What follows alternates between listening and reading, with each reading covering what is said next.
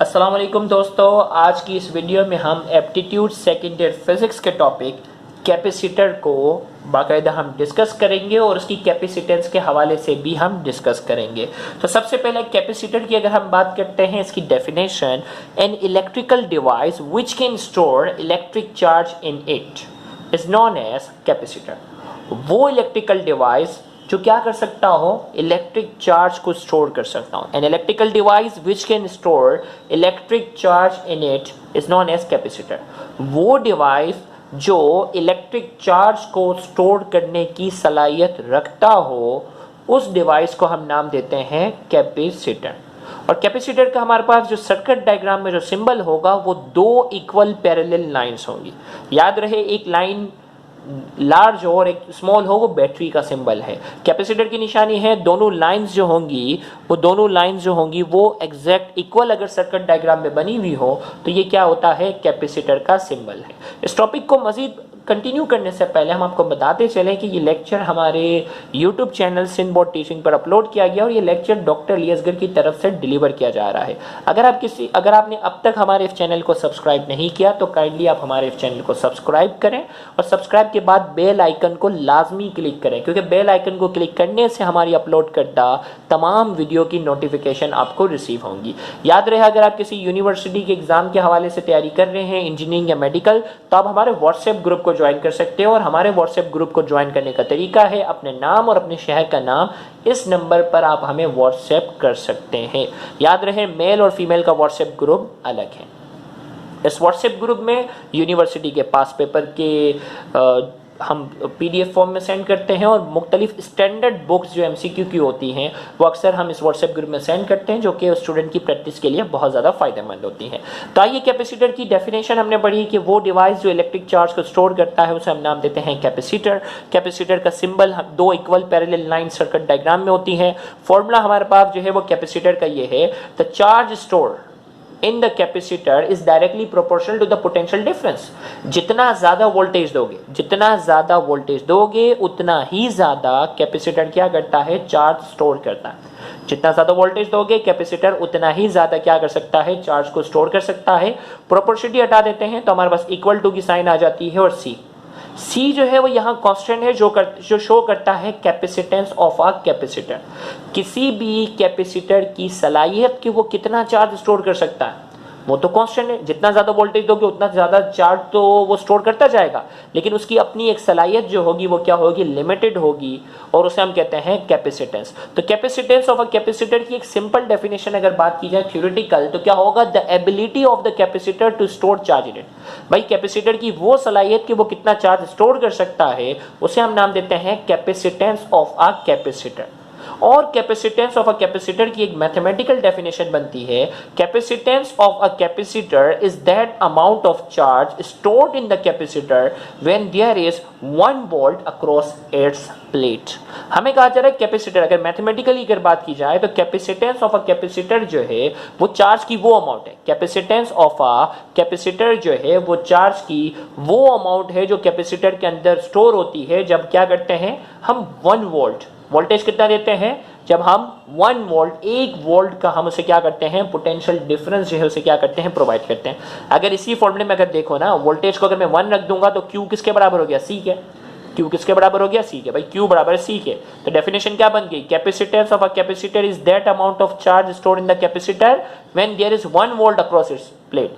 अगर कैपेसिटर के अराउंड अगर हम 1 वोल्ट प्रोवाइड करते हैं उस वक्त वो जितना भी चार्ज स्टोर करता है वो उसकी कहलाती है कैपेसिटेंस। और कैपेसिटेंस की हमारे पास जो ऐसा यूनिट है वो क्या है, फेराड। 1 फेराड बराबर है 1 कूलम पर वोल्ट। 1 फेराड बराबर किसके, 1 कूलम पर वोल्ट के। तो 1 फेराड बराबर हो गया 1 कूलम पर वोल्ट के, क्या है, ये बराबर हमारे पास है। तो ये बाकायदा कन्वर्जन जो है वो बाकायदा पूछी भी जाती है। तो 1 फराड बराबर है 1 कूलम पर वोल्ट के। इसी तरीके से फराड जो है ना, लार्ज यूनिट है, बड़ी यूनिट है ना, तो अक्सर आप न्यूमेरिकल में देखोगे ना, माइक्रो फराड, ये माइक्रो का सिंबल है। 1 माइक्रो फराड होता है बराबर होता है एक्सपोनेंट -6 फराड के। इसी तरीके से आपके पास जो है 1 पिको फराड करके भी बाकायदा न्यूमेरिकल में आता है, और पिको की अगर हम बात करते हैं तो ये हमारे पास होता है एक्सपोनेंट -12। Exponent -12 farad. तो बाकायदा क्या होती है, ये नैनो हो सकता है, पिको हो सकता है, माइक्रो हो सकता है, तो ये कन्वर्जन वाले में आपने अच्छे से देखना है।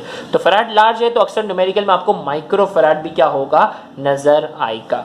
तो इस बेस पर मैं एक एमसीक्यू जो है ना पास पेपर का मैं आपसे पूछना चाहूंगा, जो कि सर सैयद इंजीनियरिंग यूनिवर्सिटी का है। तो अगर आपको आता हो तो कमेंट में ज़रूर जवाब दीजिएगा। ओके भाई, अब मैं थोड़ा सा जूम करके भी बताता हूँ आपको। ओके, ये कर दिया मैंने जूम। अब देखो, in air grab parallel plate capacitor if charged to 12,000 volt, its capacitance is 1 exponent -6 microfarad. The charge on either plate is, हमें कहा जा रहा है कि एक पैरेलल प्लेट कैपेसिटर है जिसको चार्ज किया हमने 12,000 वोल्ट से, उसकी कैपेसिटेंस है 1 exponent -6 microfarad. The charge on the either plate is. अब ये सर सैयद इंजीनियरिंग के 2010 का जो है वो बाकायदा ये सवाल है, और 2010 में बाकायदा ये पूछा गया था। तो इस सवाल में बड़ी एक लॉजिक है, अक्सर बच्चों ने इसको खुशी के मारे गलत कर दिया। कैसे, क्या वजह है इस सवाल में? देखो भाई, बच्चों ने क्या किया, सवाल लगाया Q बराबर किसके, CV। भाई वोल्टेज दिया हुआ है ना, और कैपेसिटेंस भी दी गई है। बच्चों ने क्या लगाया, 1 एक्सपोनेंट -6 लगाया, और बच्चों ने क्या कर दिया, 12,000 से इसको क्या कर दिया, मल्टीप्लाई किया। आप भी यही करोगे तो ये हमारे पास हो गया टू 1.2 एक्सपोनेंट, ये हो गया एक्सपोनेंट -2, उन्होंने लगा दिया एक्सपोनेंट -2 कूलम, और बच्चों ने ये आंसर लगा दिया। और ये आंसर जो है वो ऑप्शन डी मौजूद भी था। ये आंसर क्या था, ऑप्शन डी मौजूद था, और ये गलत हो गया। बच्चे परेशान, भाई क्यों गलत हो गया, इतना बच्चों वाला सवाल Q = CV करके सॉल्व करना था। आपने भी हो सकता है भी क्या हो, तो आपका भी शायद हो सकता है आंसर ही आया हो। तो इस सवाल में क्या ऐसी लॉजिक थी यार, Q = CV खुशी के हमारे गलत हो गया। तो ये खुशी के हमारे कैसे गलत हो गया भाई? खुशी के हमारे बच्चे क्या करते हो, अरे इतना बच्चों वाला सवाल, अरे ये तो अभी मैं करता हूँ, ऐसे फौरन करके सॉल्व करके आएगा, और जब आंसर की चेक करता है तो पता चलता है वो गलत हो गया। कैसे, देखो इस सवाल में जो मसला किया था वो ये था -6 माइक्रोफराड। ये हो गई बच्चों से गड़बड़ी। -6 देते हुए दिमाग इनका हो गया सुन, और उन्होंने इस माइक्रो को देखना ही भूल गए, इस माइक्रो को देखना भूल गए। सॉल्व कैसे था ये था ऐसे, Q बराबर किसके, CV के। ओके, 1 एक्सपोनेंट -6 है ना, -6 है और माइक्रो भी दिया हुआ है, और माइक्रो का मतलब -6 होता है। -6 और -6 कितना था, -6 और -6 -12 था। ये समझ रहे हो बात? कैसा जल्दबाजी, खुशी के मारे गलत हो गया। इस सवाल को भी अच्छे से याद रखना, आपने खुशी के मारे गलत नहीं करना। ओके भाई, वोल्ट क्या है, 12,000, ये हो गया। अब ये 1.2 किया मैंने, और ये 12 में से 4 कम हो गए, क्योंकि 1.2 एक्सपोनेंट पॉजिटिव 4 होगा ना, तो -12 में से ये माइनस होगा तो कितना आ जाएगा, -8 coulomb. 1.2 exponent -8 coulomb, 1.2 exponent -8 coulomb हमारे पास जो है इसका आंसर था। आंसर क्या था, बी था। इनको पता था बच्चा जो है वो -6 के बाद जो है वो माइक्रो को नजरअंदाज करेगा और खुशी के मारे ये लगाएगा, जबकि एक जहीन बच्चा, जो जहीन भी ना कहो यार, तसल्ली से देखने वाला बच्चा इस सवाल को गलत ना करता। -6 है और माइक्रो भी है, ये सवाल अच्छे से याद रखिएगा। तो ये -12 था, सोल्व किया तो वैल्यू कितनी आ गई, 1.2 एक्सपोनेंट -8 कूलम, जो कि इसका था। इसी तरीके से यार पिछले हमने इसमें था ना पास पेपर का ये सवाल भी देख लो, the electric field is most directly related to, electric field जो most directly related, A the momentum of a test charge, the kinetic energy of a test charge, the potential energy of a test charge, the force acting on a test charge. तो ये हमने पिछले topic में पढ़ा था, शायद इसका MCQ हमने डिस्कस नहीं किया था। तो इलेक्ट्रिक फील्ड इंटेंसिटी जो है वो किससे रिलेटेड है, इलेक्ट्रिक फील्ड इंटेंसिटी जो है वो force acting on a test charge, test charge पर जो फोर्स अप्लाई होती है वो इलेक्ट्रिक फील्ड इंटेंसिटी को शो करती है। तो नंबर 10 का आंसर जो है वो क्या है, डी फॉर डॉक्टर। चले भाई, तो देखो आपको समझ आया। देखो एक सिंपल टॉपिक को एप्टीट्यूड में किस अच्छे अंदाज से पूछा जाता है कि बच्चा कंफ्यूज हो सकता है। तो आइए दे भाई, कैपेसिटेंस ऑफ अ कैपेसिटर क्या है भाई, कैपेसिटेंस ऑफ अ कैपेसिटर की अगर हम बात करने जा रहे हैं, capacitance of a capacitor when there is air between the plates. जब हम डेरिवेशन करते हैं ना, capacitance of a capacitor when there is air between the plate, when there is insulator other than air between the plate, या dielectric का word भी use होता है। ओके, तो हमने कहा capacitance of a capacitor when there is air between, दो plate है, दो प्लेट के दरमियान जो फासला होता है उसे हम डी कहते हैं। इनके दरमियान जो मीडियम है वो एप्सिलॉन नॉट रखा है, क्योंकि एयर का ना, एयर और फ्री स्पेस को हम एप्सिलॉन नॉट से शो करते हैं। और इस प्लेट का जो एरिया है उस हम किससे शो कर रहे हैं, ए से। तो इसका फॉर्मूला हमारे पास आ गया, C बराबर है A epsilon naught over D. C बराबर है किसके, A epsilon naught over D जो है ये हमारे पास है capacitance of a capacitor when there is air between the plate. जब दो प्लेट के दरमियान क्या मौजूद होगी, एयर मौजूद होगी। तो C हमारे पास बराबर है A epsilon naught over D. अब इस बेस पर देखो, डी डिस्टेंस के मुकाबले में इनवर्स रिलेशन है, एरिया के डायरेक्टली प्रोपोर्शनल है और परमिटिविटी के मुकाबले में डायरेक्ट रिलेशन है। तो मुझे इस एमसीक्यू का, एक बेसिक एमसीक्यू का मुझे आप आंसर, उम्मीद है कि आप सही देंगे, तो कमेंट में आप लाजमी लिखिएगा। और वो एमसीक्यू नंबर है 10। If we increase the distance between the two plates of the capacitor the capacitance will. अगर हम दो कैपेसिटर की जो दो प्लेट्स है ना, कैपेसिटर की जो दो प्लेट्स हैं उनके दरमियान क्या करते हैं, डिस्टेंस को बढ़ा देते हैं, तो कैपेसिटेंस पे क्या फर्क पड़ेगा। If we increase the distance between two plates of the capacitor ना, कैपेसिटर की जो दो प्लेट्स हैं उनके दरमियान जो डिस्टेंस है उसको हम क्या कर देते हैं, बढ़ा देते हैं, तो कैपेसिटेंस पे क्या फर्क पड़ेगा। भाई फॉर्मूला आपके सामने, इनवर्स रिलेशन है, डिस्टेंस बढ़ाएंगे कैपेसिटेंस क्या हो जाएगी, कम हो जाएगी। तो इस एमसीक्यू का जो करेक्ट आंसर है वो क्या है, if we increase the distance between two plates of the capacitance will decrease. Capacitance क्या हो जाएगी, डिक्रीज होगी। और 10 का जो करेक्ट आंसर होगा वो बी होगा। इसी तरीके से When insulator other than air between the plate, अब दो प्लेट के दरमियान क्या कर दिया है, दो प्लेट के दरमियान कोई और मीडियम लेकर आया, तो मैंने एप्सिलॉन नॉट को काट दिया। अब एप्सिलॉन की अपनी वैल्यू होगी, बाकी कैपेसिटर अपनी जगह रहेगा। फॉर्मूला जो है वो क्या होगा, एप्सिलॉन नॉट की जगह मैंने एप्सिलॉन रखा। एप्सिलॉन बराबर होता है एप्सिलॉन नॉट और एप्सिलॉन आर। ये कहलाती है रिलेटिव परमिटिविटी। किसी भी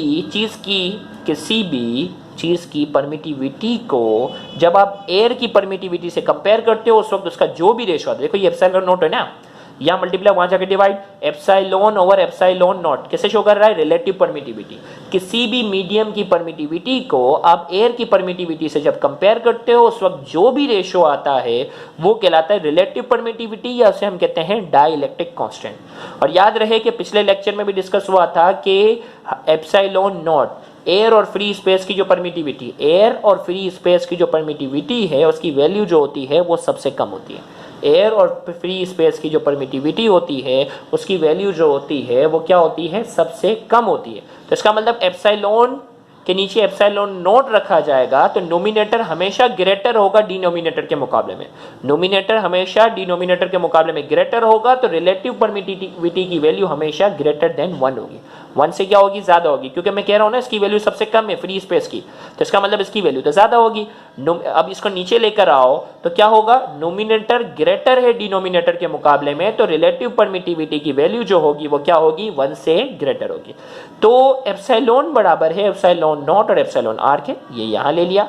ए एप्सिलॉन नॉट ओवर डी, ए एप्सिलॉन नॉट ओवर डी किसके बराबर है, सी के, मैंने इसकी जगह रख दिया सी, ये अपनी जगह रह गया। तो सी डैश जो बराबर है ना, कैपेसिटेंस जो बराबर है वो सी और एप्सिलॉन आर के। ये फॉर्मूला बड़ी अहमियत रखता है। इसमें ये जो है ना डाइलेक्ट्रिक कांस्टेंट या रिलेटिव परमिटिविटी के लिए इस्तेमाल होता है, और ये फॉर्मूला जो है वो कितनी अहमियत रखता है, इसके पास पेपर में भी कई सवाल आते हैं। और अभी भी मैं आपके सामने जो है वो क्या करता हूँ, इसके 1-2 एमसीक्यू में आपको बताता हूँ कि इसका किस तरीके से बाकायदा सवाल पूछा जाता है। तो इसका सवाल जो है वो हमारे पास जो है वो एक पास पेपर का सवाल मैं चलो रख देता हूँ आपके सामने। तो पास पेपर का एक सवाल है, ओके, पहले तो इसका आंसर दे दो। The SI unit of electric permittivity, electric permittivity की एसआई यूनिट क्या है, coulomb square per newton metre square. Coulomb square per newton metre square जो है वो क्या है, इलेक्ट्रिक परमिटिविटी की क्या है, ये बाकायदा इलेक्ट्रिक परमिटिविटी की बाकायदा क्या है, ये यूनिट है। और याद रहे ये सारे पास पेपर जो है ना, ये सारे हैंडआउट जो है वो मेरे अपने बने हुए हैं। तो अगर कोई इस पे एतराज़ करता है कि ये फलां कोचिंग सेंटर के हैं या फलां है, तो उनको एक जवाब जो है वो ये है कि इस हैंडआउट में अच्छे से देखिएगा, प्रिपेयर बाय डॉक्टर एलियसगढ़। तो ये सारे वो हैंडआउट है जो महंगे तरीन इंस्टीट्यूट में जब हम पढ़ाया करते थे तब के थे, जो मैं आजकल फ्री में एक्सप्लेन कर रहा हूँ। ओके, तो नंबर 4 हमारे पास जो है वो क्या है, if the original capacitance, if the original capacitance of a parallel capacitor is 10 microfarad, after introduction of a dielectric the capacitance is increased by 2 microfarad, then the value of dielectric constant is। हमें कहा जा रहा है कि original capacitance of a capacitor की value 10 microfarad है और जब हम डाई इलेक्ट्रिक इंट्रोड्यूस करते हैं तो इसमें इजाफा कितना हो जाता है, 2 माइक्रोफैराड का क्या होता है, इजाफा होता है। The value of dielectric constant is, dielectric constant की वैल्यू क्या होगी, तो ये हमारे पास हो गया सी डैश बराबर है सी एप्सिलॉन आर। डाई इलेक्ट्रिक को इंट्रोड्यूस करने के बाद 2 बढ़ गई ना, पहले कितनी थी, 10 थी, पहले थी 10, अब क्या हुआ, 2 बढ़ गई ना, 10 से होगी 12, ओके भाई 12 हो गई। हमें पूछा जा रहा है डाइलेक्ट्रिक की वैल्यू, मतलब रिलेटिव परमिटिविटी की वैल्यू पूछी जा रही है। 10 यहाँ मल्टीप्लाई और वहां जाकर डिवाइड, 12 डिवाइडेड बाय 10, तो ये हमारे पास वैल्यू कितनी आ गई, 1.2। क्या आ गई हमारे पास, 1.2। क्या आंसर आ जाएगा हमारे पास, हमारे पास इसका आंसर जो है वो A B C D, D इसका आंसर है, डी 1.2 जो है हमारे पास इस डाई इलेक्ट्रिक कांस्टेंट का हमारे पास क्या है, ये इसका आंसर है। बच्चा अक्सर क्या समझता है, इंक्रीज बाय 2, इंक्रीज बाय 2 का मतलब 2 टाइम्स समझ लेता है और एमसीक्यू गलत कर देता है। भाई ये 10 से 20 नहीं हुआ, सिर्फ 2 माइक्रोफैराड का इजाफा हुआ है, 10 से 12 हुआ है, इसलिए सवाल को अच्छे से पढ़ना। वो बच्चा जो इंक्रीज बाय 2 समझ के मतलब इसको 20 कर देता है और आंसर लेकर आता है 2, देखो उन्होंने ऑप्शन में ये भी रखा है, जो जल्दबाजी करेगा वो आंसर क्या करेगा, गलत देगा। उनको पता है एमसीक्यू बनाने वालों को कि बच्चा जो है वो जो भी जल्दबाजी करेगा वो क्या होगा, कंफ्यूज होगा। इसी तरीके से मुझे इस एमसीक्यू का भी आपने क्या करना है, जवाब देना है। 21 a parallel plate condenser, capacitor की बात हो रही है, with oil between the plate, उन दोनों प्लेट्स के दरमियान ऑयल रखा हुआ है और ऑयल की जो डाई इलेक्ट्रिक कांस्टेंट की जो वैल्यू है ना, के की वैल्यू कितनी है, 2, हैज अ कैपेसिटेंस सी, उस वक्त उसकी जो कैपेसिटेंस होती है वो सी होती है। If the oil is remove then the capacitance of the capacitor become, अगर हम ऑयल को रिमूव कर देते हैं, अगर हम क्या करते हैं, ऑयल को रिमूव कर देते हैं, अब कैपेसिटेंस ऑफ अ कैपेसिटर की वैल्यू क्या होगी। अब देखो मैं आपको समझा रहा हूं भाई, फॉर्मूला वही है, देखो भाई फॉर्मूला आपके सामने ये वही है, यही वाला फॉर्मूला आपके पास जो है वो क्या होगा, अप्लाई होगा। ओके, फॉर्मूला आपके सामने यही अप्लाई होगा, ये ज़हन में रखो। ओके, अब क्या है, वहां इस सवाल में इंट्रोड्यूस कर रहे थे, यहां रिमूव कर रहे हैं। भाई जब ऑयल मौजूद था ना तो उस वक्त उसकी कैपेसिटेंस क्या थी, सी थी।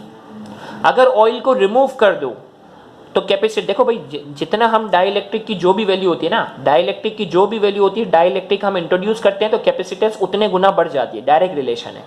और अगर डाइलेक्ट्रिक को मैं रिमूव कर दूं तो कैपेसिटेंस उतने गुना कम हो जाएगी जो उसकी वैल्यू थी, सिंपल सी बात। अब क्या कह रहा है, if the oil is remove the capacitance of the capacitor become, भाई जब ऑयल था तो उसकी कैपेसिटेंस क्या थी, सी थी। अगर ऑयल को मैं रिमूव कर दूं तो कैपेसिटेंस क्या हो जाएगी, कम हो जाएगी। कितनी कम होगी, जितनी डाइलेक्ट्रिक की वैल्यू थी। डाइलेक्ट्रिक की वैल्यू क्या थी, 2 थी, तो इसका मतलब कैपेसिटेंस हो जाएगी हाफ। अगर डाइलेक्ट्रिक की वैल्यू 3 होती तो कैपेसिटेंस 3 गुना कम हो जाती। डाइलेक्ट्रिक की वैल्यू 4 होती तो ऑयल रिमूव करने पर कैपेसिटेंस की वैल्यू क्या हो जाती, 3 गुना कम होती। 4 होती तो 4 गुना कम हो जाती। तो जो डाइलेक्ट्रिक की वैल्यू होगी, अगर आप ऑयल को रिमूव कर रहे हो तो कैपेसिटेंस की वैल्यू जो होगी वो उतने गुना जो है कैपेसिटेंस की क्या हो जाएगी, कम हो जाएगी। इसी तरीके से मुझे एक और एमसीक्यू का आप जवाब देने की कोशिश करें। Okay, let's see. Number 14, the capacity of a parallel plate capacitor depend on, capacity of a parallel plate capacitor किस पे डिपेंड करता है। ए में कहा जा रहा है type of metal use, B में कहा जा रहा है थिकनेस ऑफ प्लेट, सी में कहा जा रहा है potential applied across the plate, D में कहा जा रहा है सेपरेशन बिटवीन द प्लेट। तो अब आपके पास जो है ना फॉर्मूला था ना, ए भाई एरिया पे डिपेंड करता है, मीडियम पे डिपेंड करता है और सेपरेशन बिटवीन द प्लेट पे डिपेंड करता है। ओके भाई, ज़हन में रखना 3 चीजें, एरिया, मीडियम और सेपरेशन बिटवीन द प्लेट। तो अब इसमें क्या कह रहा है, the capacity of a parallel plate capacitor depend on, किस पे, टाइप ऑफ मेटल का कोई जिक्र नहीं था, थिकनेस ऑफ द प्लेट का कोई जिक्र नहीं था, potential applied across the plate का भी कोई जिक्र नहीं था। तो आंसर क्या आ जाएगा, D, separation between the plate. Separation between the plate पे क्या करता है, ये डिपेंड करता है। और आपके पास देखो क्या है, सी बराबर है ए एप्सिलॉन, सी बराबर है ए एप्सिलॉन ओवर डी जो है वो क्या है, ए एप्सिलॉन ओवर डी जो है हमारे पास क्या है, आंसर है। इसके ऊपर क्या करता है, ये बाकायदा डिपेंड करता है, D, separation between the plates. अगर आपको ये लेक्चर समझ में आए, देखो अगले लेक्चर में हम अगले लेक्चर में बाकायदा कॉम्बिनेशन ऑफ कैपेसिटर को बाकायदा डिटेल में डिस्कस करेंगे। अगर ये लेक्चर समझ में आया तो बेटा कमेंट में अपना फीडबैक जरूर दें। याद रहे आपका फीडबैक हमारे लिए फ्यूल का किरदार अदा करता है, जो कि मजबूर करता है कि हम ज़्यादा से ज़्यादा लेक्चर जो है वो फ्री में एप्टीट्यूड के लेक्चर जो है वो यूट्यूब पर हम अपलोड करें। Thank you very much. अल्लाह हाफ़िज़।